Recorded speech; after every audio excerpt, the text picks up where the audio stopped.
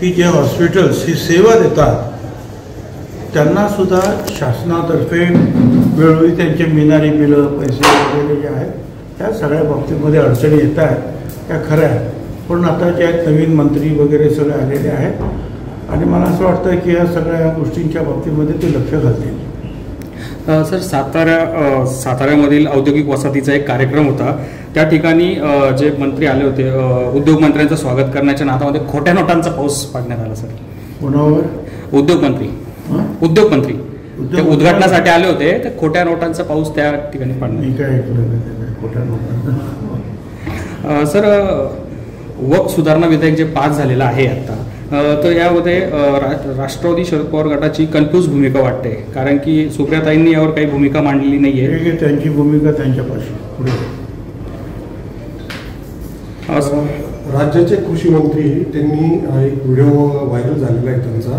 त्याच्यामध्ये आज सांगितलेलं आहे की सरकार जे पैसे देतात तर हे शेतीसाठी देतात, मात्र साखरपुडे लग्नासाठी पैसे वापरले जातात. No comment. सर, त्यांच्यावरच आहे की कर्जमाफीच्या पैशांचं काय केलं जातं, नुकसानग्रस्त पाणी थोडी लेट झाली आहे. No comment. सर, खोक्या भाई जो आहे, वन अधिकाऱ्यांनी त्याला असं सांगितलं की धमकावलं होतं की त्याचा वकिलांनी आरोप केला आहे असा की तुझ्या घरात बॉम्ब ठेवून तुला नक्षलवादी असल्याचं दाखवू, असं वनाधिकारी अमोल गरळकडून खोक्या भोसलेला मारहाण करण्यात आली, असं वकिलांनी दावा केला आहे.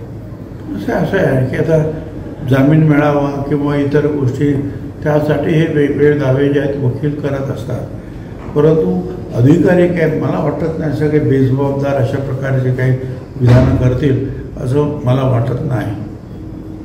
साहेब, अजितदादांनी वाल्मिक कराडची जी राखेची गँग आहे त्यावर पहिला हल्ला केला आहे. परळीच्या राखेचं टेंडर निघालं, टेंडरनुसार अधिकृत कंपन्यांना राख उचलायला सुरुवात झाली आहे. तब्बल 3 वर्षांनी राखेचं टेंडर निघालं आहे आणि यातून सरकारला आता 10 कोटींचा महसूल मिळणार आहे. बरोबर, ही चांगली गोष्ट आहे, उत्तम निर्णय आहे आणि त्यामुळे दादागिरी आणि गुंडगिरी ही संपुष्टात येईल. परंतु ज्याने हे टेंडर्स घेतलेले आहेत आणि काम सुरू करणार त्या कंपन्यांना आणि त्यांच्या कर्मचाऱ्यांना पूर्ण संरक्षण देण्याची जबाबदारी ही गव्हर्नमेंटची राहील. साहेब, काल जी पुण्याच्या रुग्णालयामध्ये जी घटना घडली, जी महिला हे झाली, रुग्णालयाचे ट्रस्टी सत्ताधारीकाऱ्यांच्या जवळचे असावे, त्यांना वाचवण्यासाठी चौकशी समितीचा फास असावा अशी शंका विजय वडेट्टीवारांनी उपस्थित केली. त्यांनाच विचारा आपण कुठली चौकशी नेमायला पाहिजे.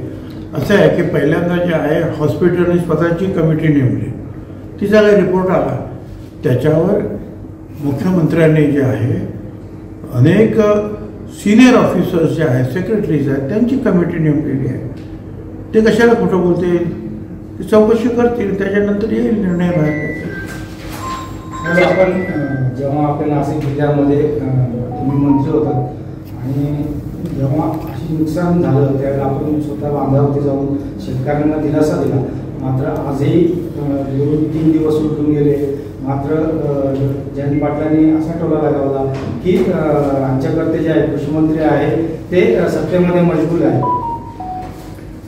No comment. साहेब, शेवटचा प्रश्न घेतोय.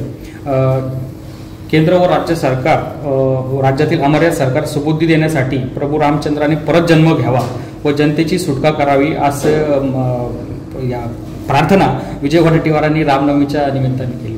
चला, या निमित्ताने प्रार्थना करताय श्रीरामाची, ही काही वाईट गोष्ट नाही आहे.